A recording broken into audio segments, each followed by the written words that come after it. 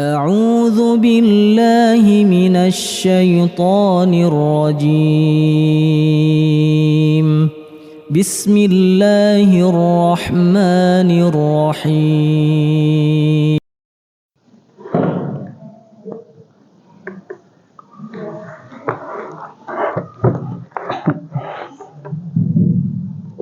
Bismillah. Assalamualaikum warahmatullahi wabarakatuh.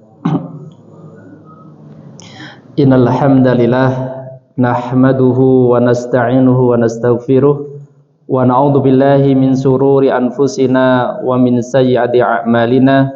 Man yahdihillahu fala mudhillalah wa man yudlil fala hadiyalah. Asyhadu an la ilaha illallah wa asyhadu anna Muhammadan abduhu wa rasuluh. Qala Allah Ta'ala fil Qur'anil Karim, ya ayyuhalladzina amanu taqullaha haqqa tuqatih wa la tamutunna illa wa antum muslimun. Ya ayyuhan nasu taqu rabbakumul ladzi khalaqakum min nafsin wahidah wa khalaqa minha zawjaha wa batha minhuma rijalan katsiran wa nisaa'a wattaqullaha alladzi tasaaluna bihi wal arham innallaha kana 'alaikum raqiba. Ya ayyuhalladzina amanu taqullaha wa qulu qawlan sadida yuslih lakum a'malakum wa yaghfir lakum dhunubakum wa may yuti'illaha wa rasulahu faqad faza fawzan 'azima. Amma ba'd. Fa inna khairal hadithi kitabullah wa khairal huda Muhammadin sallallahu alaihi wasallam wa syarrul umuri muhdatsatuha fa inna kulla muhdatsatin bid'ah wa kulla bid'atin dhalalah wa kulla dhalalatin finnar. Para jamaah Bapak dan Ibu sekalian yang semoga senantiasa dirahmati oleh Allah Subhanahu wa taala. Alhamdulillah, pada malam hari ini insyaallah kita akan melanjutkan belajar kembali berkaitan dengan hadis Arba'in An-Nawawi, dan insyaallah pada kesempatan malam ini kita akan melanjutkan hadis yang ke-32. Kalau hadis yang ke-31 masih ingat Bapak dan sekalian? Tentang apa? Ya, tentang zuhud. Pripun hasilnya? Sampun wonten hasilnya napa dereng? Napa tambah di tes kali Allah napa tambah? Pripun? Biasanya nak semakin ada ilmu, biasanya Allah kadang langsung memberikan ya ujian atau cobaan ya, supaya ilmunya tadi semakin mantap. Ya, mugi-mugi ya ilmu yang sudah kita pelajari bersama pada kesempatan yang kemarin Allah mudahkan untuk kita terapkan, dan kita berharap hanya Allah Subhanahu wa taala. Bapak dan Ibu sekalian, hadis yang ke-32 ini hadisnya pendek dan insya Allah mudah kita hafalkan, akan tetapi kebanyakan kita jatuh di dalamnya. Kebanyakan kita dan hampir semuanya, baik itu ya dewasa, berilmu dan sebagainya, hampir semuanya pernah mengalami yang berkaitan dengan hadis yang ke-32 ini. Makanya alhamdulillah Allah Subhanahu wa taala mendatangkan kita semuanya untuk belajar berkaitan dengan hadis Arba'in An-Nawawi ini. Karena apa? Salah satu keutamaan orang yang belajar hadis Arba'in, maka dia akan mengetahui agama secara global. Seluruh ilmu agama terkumpul di dalam hadis Arba'in ini. Dan salah satu hadis terbesar di dalam urusan fikih adalah hadis yang ke-32 ini.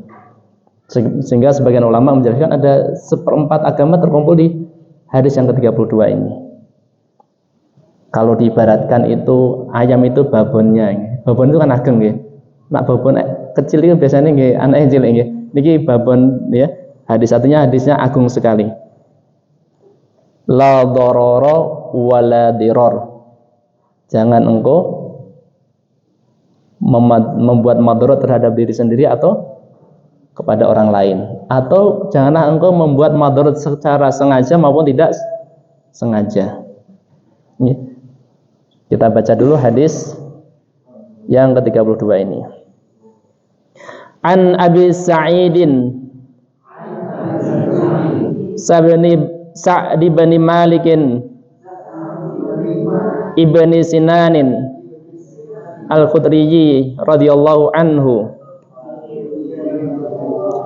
anna Rasulullah sallallahu alaihi wasallam qala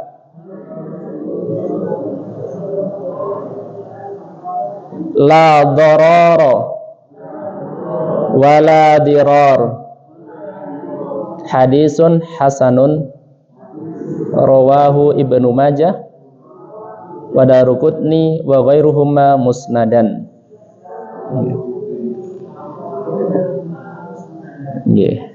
Ini hadisnya diriwayatkan oleh Ibnu Majah dan Daruqutni dan selainnya sambung sanad kepada Rasulullah.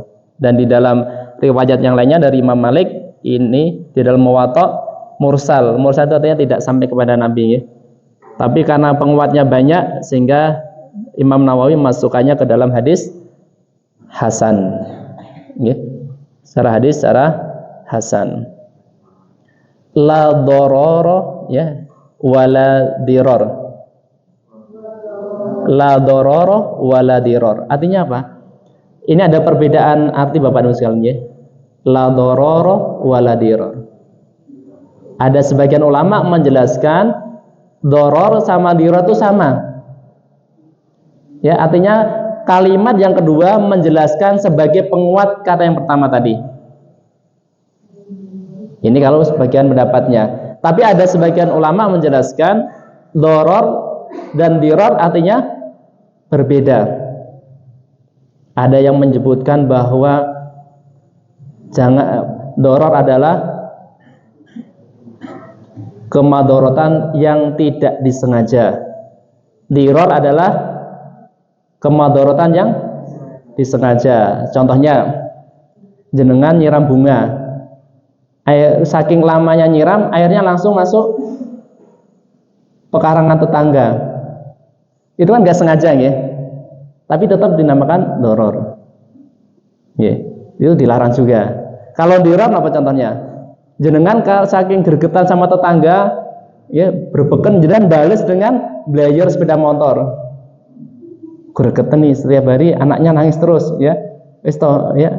Saya gantian balas dengan yang lebih. Atau dengan doror dan diror yang pertama tadi tidak disengaja maupun disengaja. Yang kedua adalah doror kemudorotan yang dimulai dulu. Artinya tidak apa-apa jenengan langsung nempeleng orang lain. Doror. Kemudian diror lawannya membalasnya dengan yang lebih lagi daripada yang pertama tadi. Karena sudah ditempeleng jenengan balas lagi tempeleng tambah lagi dengan dijotos misal seperti itu. Ya dari sini kita bisa menjelaskan bahwa mengambil kesimpulan bahwa apapun artinya perbedaan para ulama dalam menafsirkan doror dan diror, kesimpulan yang paling mudah bahwa perbuatan madorot terhadap diri sendiri dan orang lain baik itu tidak disengaja maupun disengaja adalah terlarang. Terlarang. Berarti kan kita banyak jatuh di dalamnya ya.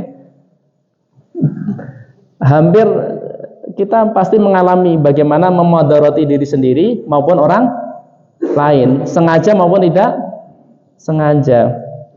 Ya. Saya dipahami ya. Contohnya memadorkan diri sendiri apa Bapak sekalian? Begadang. Ini ashabul yamin. Ya, ini ashabul yamin ya. Ini ya.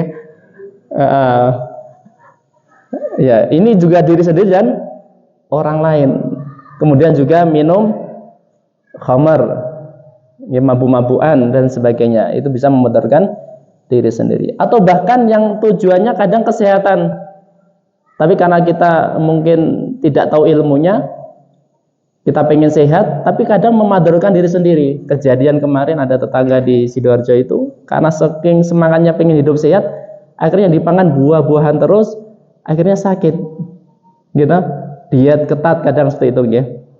Yang dimakan apa? Buah-buahan, nggak mau makan nasi, nggak mau makan protein, akhirnya qadarullah Allah takdirkan meninggal gitu loh. Artinya itu bisa jatuh dalam doror, memadarkan diri sendiri, karena diri tubuh kita butuh asupan energi dari protein atau karbohidrat, kan, ya, dan sebagainya. Atau mungkin doror, ya, menyakiti diri sendiri, terlalu sedih dengan masalah,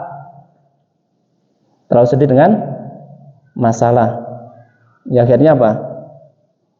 Banyak sakit yang diderita, ya. Kalau orang sedih banyak sakit atau banyak sehatnya, Bapak dan sekalian? Banyak sakit. Makanya kemarin, ya, orang kalau sabar itu lambungnya kuat insya Allah, ya. Tapi kalau ngempet itu bisa sakit lambung, ya, la doror, ya, menyakiti diri sendiri. Terus ada orang yang sekarang lagi ngetren apa tadi? Health farm, yang menyakiti diri sendiri, atau apa yang lagi ngetren untuk anak-anak sekarang ini, ya. Self harm atau apa lagi? Yang menyakiti diri sendiri. Kadang anak di pondok itu kalau sudah trauma kadang menyakiti dengan silet. Pernah dengar apa betul? Nggih, karena sudah kadang kan dibully, nggih. Dibully, jenuh. Ini kejadian, ya, di keluarga kita juga, nggih. Waktu dibully sama teman-temannya, karena tidak ada tempat untuk curhat atau menceritakannya, akhirnya dia stres, menyakiti diri sendirinya. Itu juga termasuk hal yang tidak dibolehkan, dan lain sebagainya. Wala dirar, dan menyakiti orang lain, memadaratkan orang lain banyak sekali, ya. Banyak sekali. Ini jangan bisa merasakan, ya. Mungkin dari perkataan, dari harta, dari kehormatan, dan lain sebagainya. Makanya hadis yang ke-32 ini diibaratkan termasuk salah satu hadis terbesar di dalam agama Islam, khususnya dalam ilmu fikih.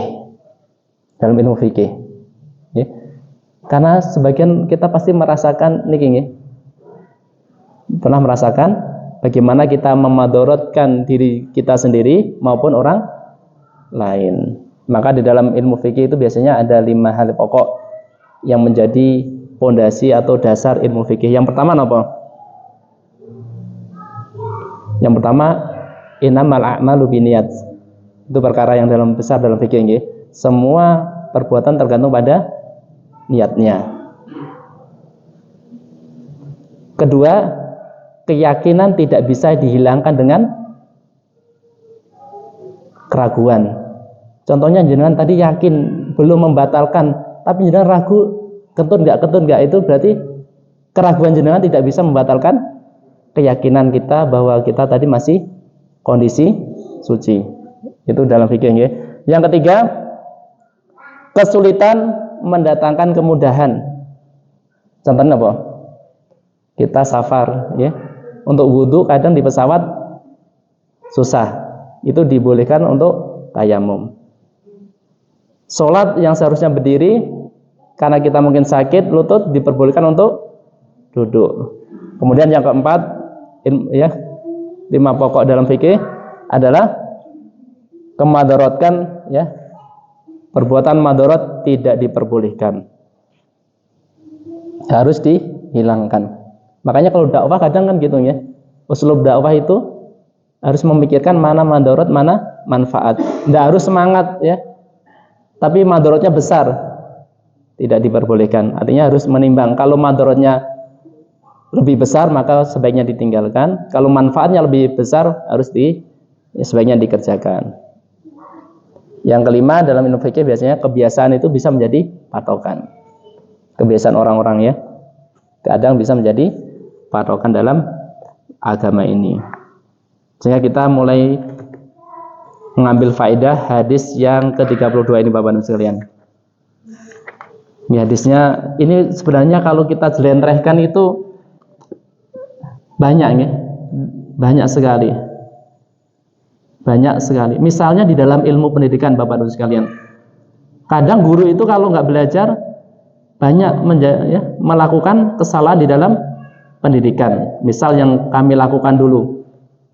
Misal yang kami lakukan ya. Anak yang kalau kita nasihati dengan ucapan itu biasanya sudah tidak berkenan.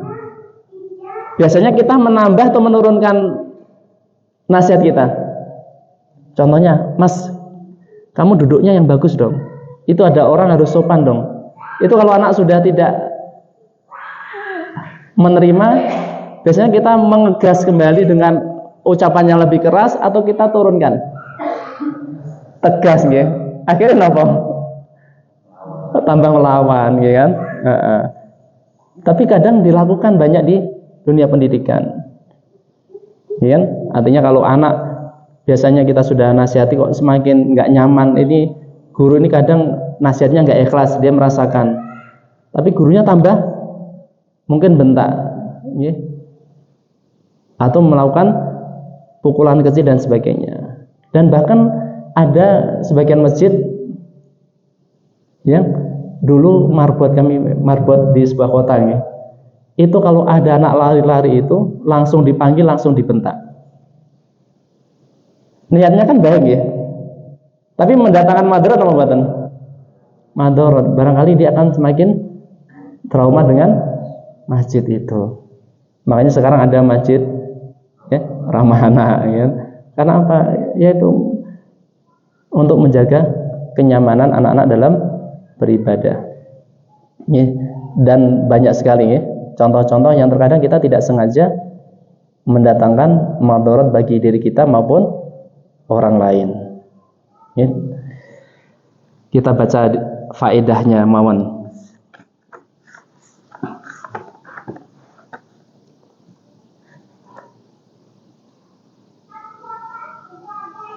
Al-hadisu sani wassalasun, hadis yang ke-32, la dororo wala diror. Saged dihafalkan ya? La doror wala diror. Al-hadisu aslun fi tahrimi mudaratil muslim wa ma'sumid dami wal mal. Hadis ini menjadi pokok di dalam pengharaman mendatangkan madarat bagi seorang muslim dan terjaganya darah dan harta seorang muslim. Ya, artinya hadis ini Bapak Ibu sekalian salah satu pokok pondasi di dalam agama kita, bahwa agama melarang adanya kemadorotan sesama muslim, baik itu di dalam penjagaan harta maupun darah.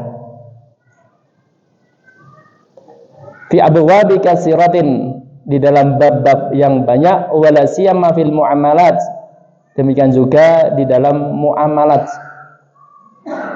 kal bai'i, misalnya di dalam jual beli, wasyira'i, perdagangan, warahni waritihan, dalam hal pergadaian, wa kadzalika fi inkaha wa fi wasaya wa ghairi dzalika, demikian juga di dalam pernikahan, di dalam memberi wasiat dan yang selainnya. Ini berarti la doror wala diror ini bisa masuk di dalam segala sisi kehidupan kita dalam beragama maupun bermuamalat. Bapak dan Bu masih ingat ya, kenapa kita penting belajar ilmu ini? Masih ingat bahwa seseorang yang berbuat maksiat 70 kali, 70 maksiat terhadap Allah Subhanahu wa taala lebih ringan dibandingkan orang yang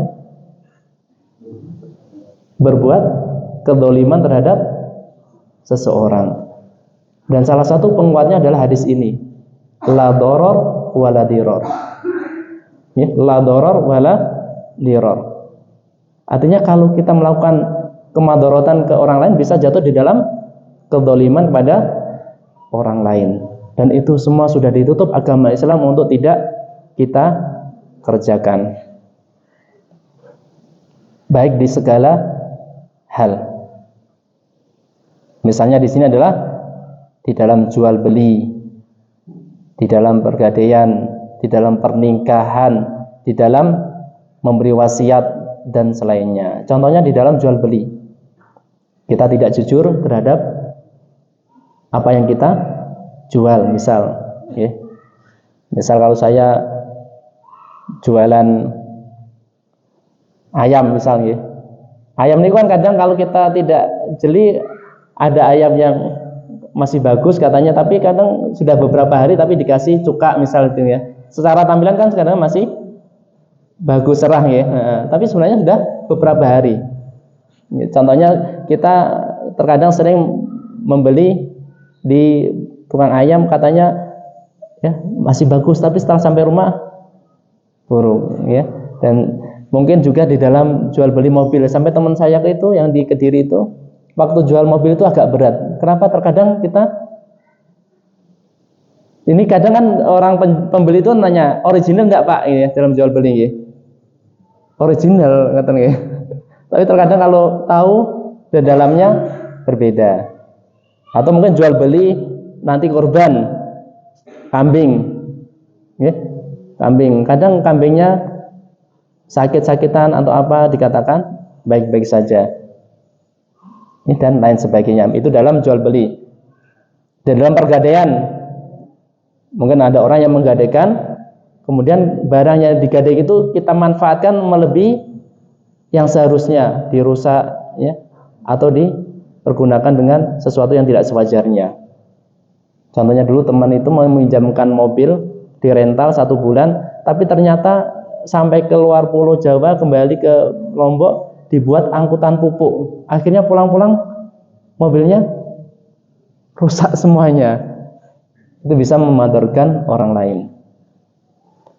Atau dalam pernikahan ya, pernikahan misal ada orang yang sengaja suami menginginkan istrinya minta talak.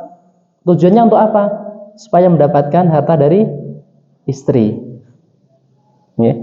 Atau dia membuat kesalahan-kesalahan di dalam keluarga, misalnya memarahi ya, atau membuat kekerasan, menurunkan kehormatan dan sebagainya.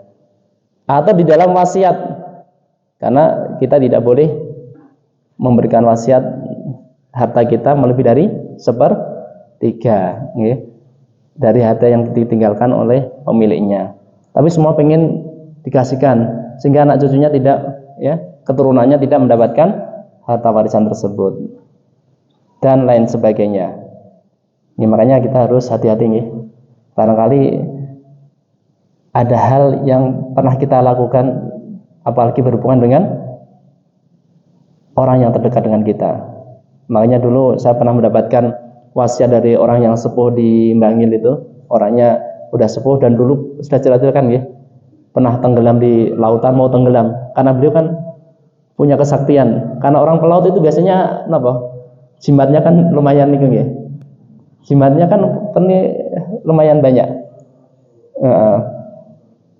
Beliau pernah meninggal, dari laut pernah karam lah gitu ya, mau meninggal karena ombaknya sudah ini. Akhirnya Allah selamatkan ya.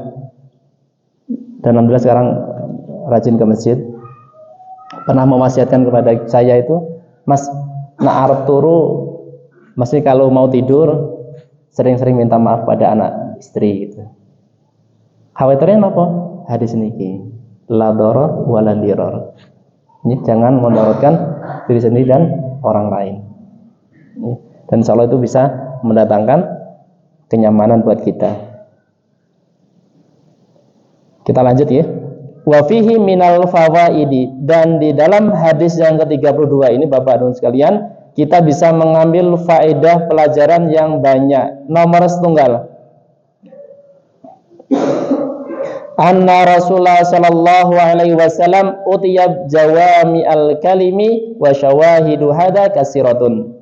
Sesungguhnya Rasulullah sallallahu alaihi wasallam telah diberi oleh Allah Subhanahu wa taala jawamiul kalim, perkataan yang singkat, maknanya yang padat, wa syawahidu hada kasirat, dan bukti dari jawamiul kalim yang diberikan Allah kepada Rasulullah sangat banyak sekali. Salah satu contohnya adalah hadis yang ke-32 ini. Jenengan tadi kalau disebutkan hadisnya langsung hafal napa mboten? Hafal kan nggih? Napa wau? La darar wala dirar. Hadisnya pendek, maknanya ya banyak sekali. Wa huwa min khasaisihi alaihi salatu wasalam, dan jawami'ul kalim ini Bapak Ibu sekalian termasuk salah satu kekhususan yang telah diberikan Allah kepada Rasulullah sallallahu alaihi wasallam. Salah satu kekhususan yang telah Allah berikan kepada Nabi Muhammad sallallahu alaihi wasallam. Makanya sebagian ulama menjelaskan ini perkara yang besar, hadis yang ke-32 ini. Hadis yang mengandung kaidah yang besar di dalam ilmu agama kita. Ada yang menyebutkan seperempat bagian agama dan sebagainya, yang menunjukkan keagungan dari hadis yang ke-32 ini.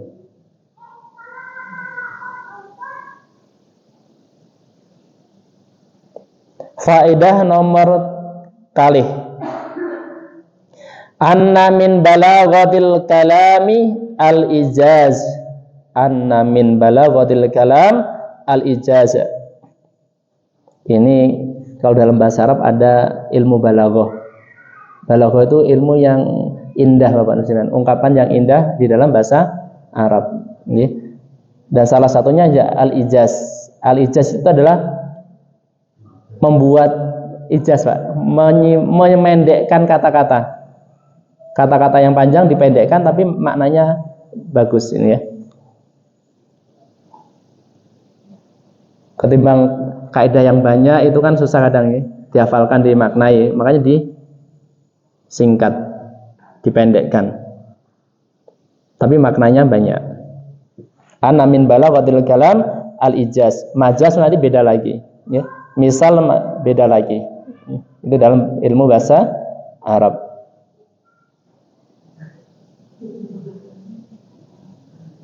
Jenengan menawi belajar balaghah insyaallah ya, akan memahami keindahan bahasa Arab dengan tingkat keindahan yang kadang bisa meluluhkan hati kita. Ya. Faedah nomor 3. Wurudun nafyi bimaknan nahyi. Wa wonten la nggih, la darar wala dirar. La di sini adalah nafiyah yang maknanya nahyun, larangan. Nggih. La-nya janganlah engkau membuat kemudaratan diri sendiri maupun orang lain. La nafiyah bimakna nahyi, artinya larangan.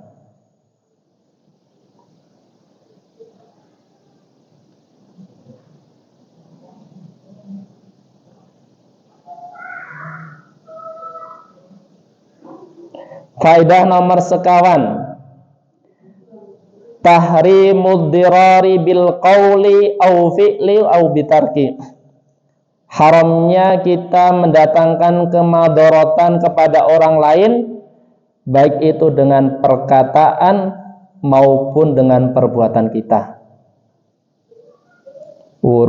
Tahrimud dirar bil qauli au fi'li au bitarki.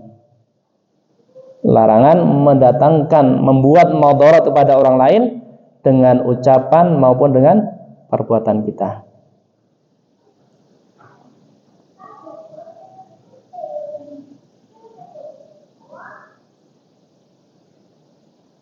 Nggih. Saged diaplikasikan ya dengan ucapan. Ya, dengan ucapan contohnya tadi, ya. Kita kalau kadang ada masalah dengan anak misalnya, anak rewel, ya misal anak rewel, kita spontanitas kan yang keluar apa? Lisan rian kan ya. Nah, biasanya lisan dulu. Kalau lisan tidak mempan, biasanya langsung naik. Yeah, naik apa? Naik dengan refleks tangan kita. Lan jenengan nak belajar motor nggih. Niki Pak Riman kemarin nggih. Belajar motor niku nak motor langsam niku kan sekeca nggih. Lan jenengan nak tahu digas tambah brebet kok digas melih niku salah napa mboten? Lah nggih ta. Tapi tetap dilakukan. Akhirnya banyak yang mendatangkan kemadharatan itu mboten jenengan kula nggih sering ngoten niku nggih.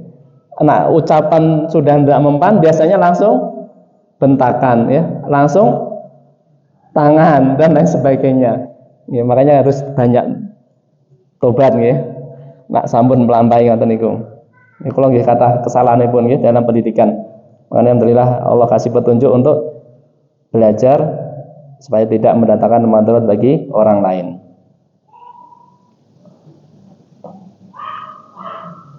Tahrimul dirar bil qauli awil fi'li aw bitarki.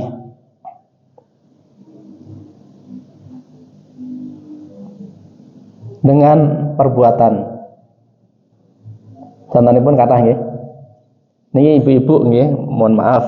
Ibu-ibu kalau di jalan itu kan kalau dalam guyonan adalah kelompok yang paling paling safety ya. Belok langsung serut ngoten kan ya. Enggak tahu kadang belakangnya seperti apa ngoten. Nggih, dan sebagainya. Ya, itu bisa melakukan apa? Madarat untuk orang lain kan. Ya. Makanya harus hati-hati nggih. Bil fi'li. Banyak sekali nih ya. Seperti itu atau yang lainnya. Yang lainnya apa?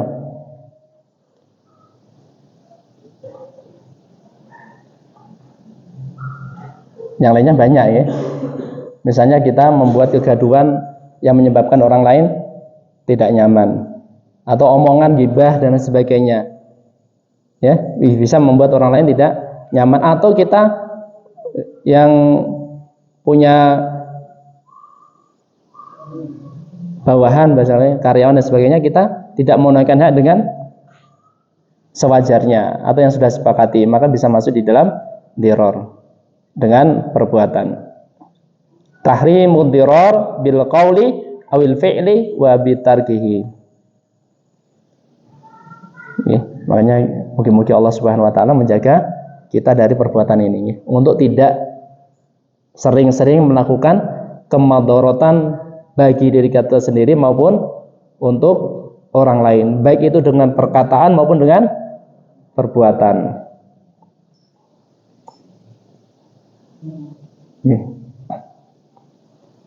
Niki saged dipahami nggih.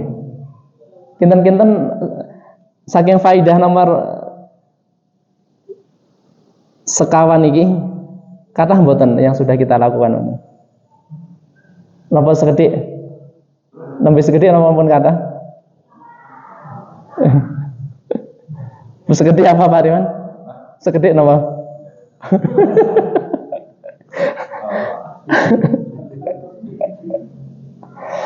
Nggih, masyaallah nggih. Dari mudhirar bil qauli awil fi'li wa bitarki. Larangan untuk memadaratkan orang lain dengan perkataan atau dengan perbuatan. Mungkin salah satunya yang saya usahakan, contohnya saya datang kajian terlambat, itu mungkin juga memadaratkan jenengan, tapi saya juga berusaha gitu. Semoga nanti Allah tolong gitu. Gitu.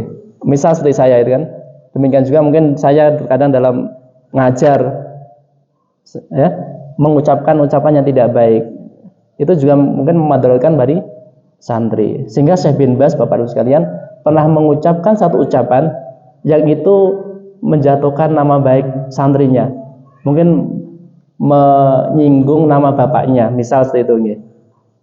Dan beliau merasa bahwa itu adalah sebuah kesalahan, karena khawatirnya nanti orang itu tidak ridho dengan yang disampaikan oleh Syekh bin Baz tadi. Akhirnya apa? Syekh bin Baz atau Syekh Abdul Razak ya, akhirnya beliau minta maaf dan memberikan hadiah buat mahasiswanya tadi. Itu berarti beliau sangat sensitif sekali ya, dengan apa yang beliau kerjakan dan beliau ucapkan.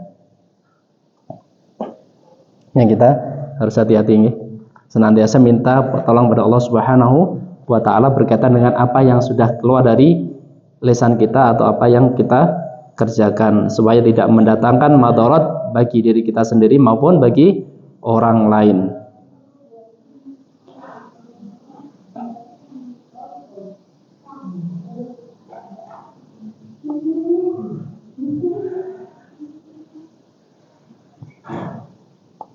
Faedah nomor gangsal. Tahrimud dharari wa dirar bil udwani ala ghairi bin nafsi aw bil mal aw bil irdi mubasyaratan aw tasabuban.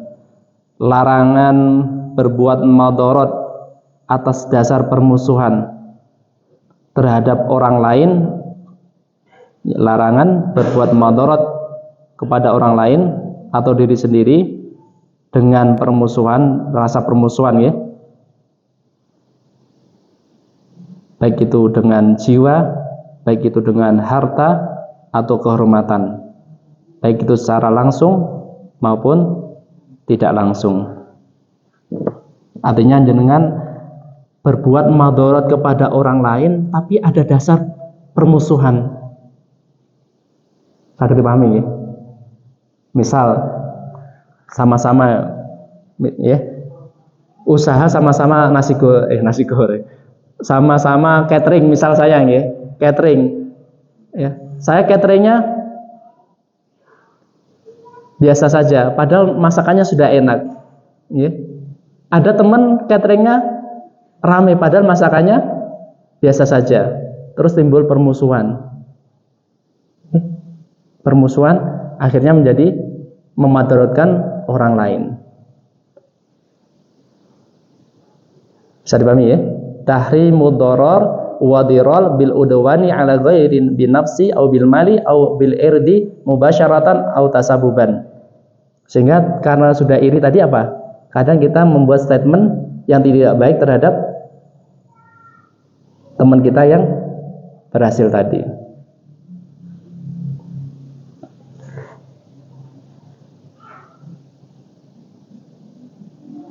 Wa min dalika tasarruful jari fi mulkihi bima yaduru jarahu. Dan diantaranya adalah karakter tetangga, perlakuan ya. Karakter ya, tasarruf itu karakter, perlakuan atau perilaku tetangga dengan apa yang dimilikinya yang mendatangkan madarat bagi tetangga yang lainnya. Contohnya adalah perilaku tetangga dengan sesuatu yang dimilikinya, kemudian dengan yang dimilikinya itu mendatangkan madarat bagi tetangga yang lainnya. Misalnya kalau di desa, jenengan di desa itu soundnya kecil atau besar Bapak dan sekalian? Rumah itu mempunyai sound yang kecil atau besar? Besar. Biasanya yang disetel apa? Dangdutan, ya, nonton musik, ya. Hampir kalau di desa saya di Purwodadi itu satu desa ada satu orang yang nyetel sound dari rumah itu mungkin beberapa RT bisa mendengarkannya dari rumahnya masing-masing. Ya.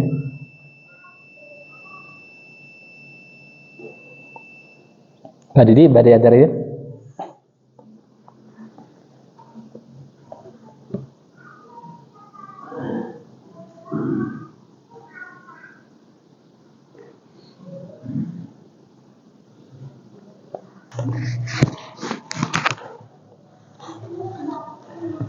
Contoh malih nggih, wa min dzalika tasarruful jari fi mulkihi bima yadhuru jarahu.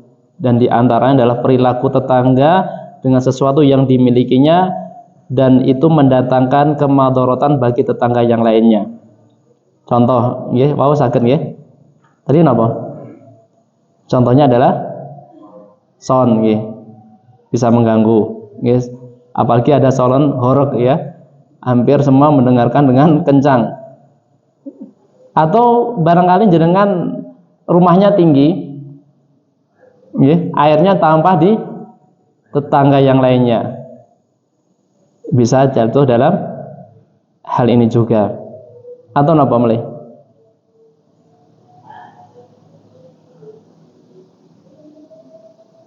Bisa dipahasaken nggih, yang mendatangkan madarat untuk tetangga yang lainnya.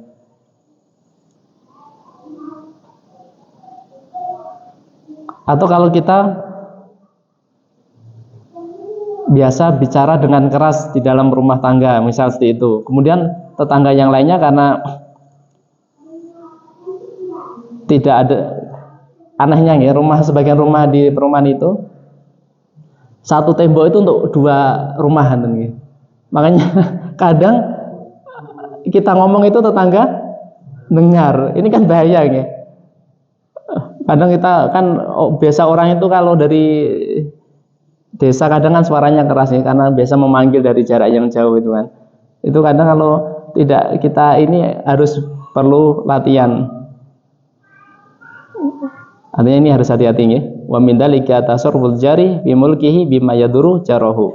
Ya mungkin dari ucapan yang keras mengganggu tetangga waktu istirahat ya, atau kebersihan, barangkali kebersihan kita depan ada sampah yang lama nggak dibuang, ikan, udang itu kan baunya agak menyengat ya.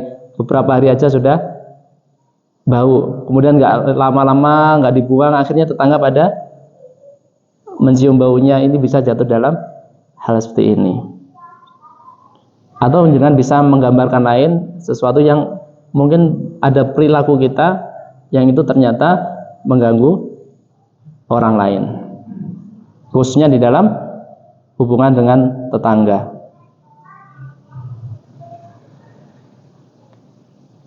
Wa kadzalika tasarrufu fit turuqil 'amah wa nahwiha bima yadurun nas. Demikian juga dengan perilaku di segala jalan secara umum ya, demikian juga segala perilaku di semua hal, semua perbuatan secara umum dan selainnya yang itu mendatangkan kemadharatan bagi orang lain, maka ini hukumnya adalah haram, tidak boleh ya. Secara umum apapun kalau itu mendatangkan madharat baik bagi diri kita maupun orang lain khususnya, itu berarti dilarang ya, karena mendatangkan madharat tadi. Hadisnya apa? La darar wala dirar ya. La darar wala dirar. Makanya yang harus kita hati-hati adalah orang yang terdekat dengan kita. Barangkali kita pernah berbuat kemadharatan untuk orang tua kita, barangkali seperti itu ya. Buat orang tua kita pernah menyakiti dari ucapannya atau perbuatannya ya, pernah menyakiti kakak kita, adik kita, paman kita dan sebagainya, atau perbuatan kita pernah menjatuhkan kehormatan dan sebagainya. Ya, contohnya perbuatan yang memadharatkan orang lain yang terkadang tidak kita sadari, misalnya dengan ucapan. Ya, dengan ucapan terkadang kita tidak menyangkanya itu bisa menusuk hati orang lain, tapi dampaknya besar. Salah satu contohnya dulu pernah saya sebutkan, ada seorang jamaah ibu-ibu kumpul dengan teman yang lainnya, inginnya guyonan gitu. Tapi guyonannya itu ternyata memunculkan trauma dia waktu kecil.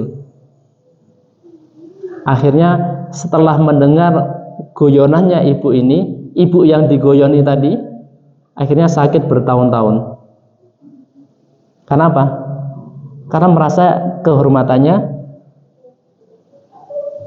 dihina di orang banyak. Apalagi ibu-ibu itu kaitannya dengan kehormatan sangat menjaga sekali. Makanya banyak ibu-ibu kalau kerja itu sangat perfeksionis sekali kan ya, sangat detail, sangat itu. Kalau sudah ada ucapan yang tidak enak biasanya bisa sakit hati ya. Makanya ucapan kita dan perbuatan kita sebisa mungkin senantiasa minta pertolongan kepada Allah Subhanahu wa taala supaya tidak mendatangkan madharat bagi orang lain.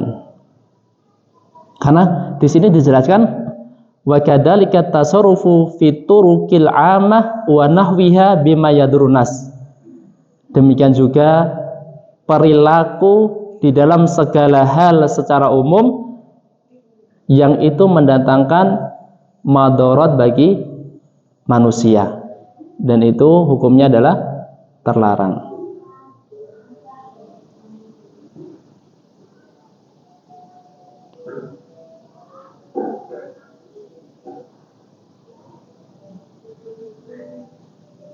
Mungkin itu ya yang bisa kita pelajari pada malam ini. Ringkas dulu tapi saged dipahami ya. Intinya apa Bapak dan sekalian? La darar wala dirar. La darar wala dirar. Jangan berbuat madarat dan memadaratkan orang lain. Ya, alhamdulillah sudah kita pahami hadisnya selamat berpraktek untuk kehidupan sehari-hari. Mugi-mugi nanti pekan depan semakin cerah. Ustaz, saya ada perubahan, minim sekali untuk ya berkata yang tidak enak, atau Ustaz saya semakin lembut ya, atau Ustaz saya semakin ya baik dan sebagainya. Selamat untuk mempraktekkan hadis yang ke-32 ini. Semoga Allah Subhanahu wa taala senantiasa memberikan kita kemudahan untuk beramal baik yang diridhoinya, sehingga itu menjadi amal kebaikan buat kita pada saat kita menghadap Allah Subhanahu wa taala. Dan semoga Allah Subhanahu wa taala senantiasa memudahkan hisab kita pada saat di hari kiamat dan memasukkan kita dalam surganya dan bisa melihat wajahnya Allah Subhanahu wa taala. Kurang lebihnya mohon maaf apabila ada kekurangan dari kami pribadi dan ada kebaikan dari Allah Subhanahu wa taala. Selamat mencoba hadis yang ke-32. Assalamualaikum warahmatullahi wabarakatuh. La in syakartum la azidannakum wa la in kafartum inna 'adzabi lasyadid.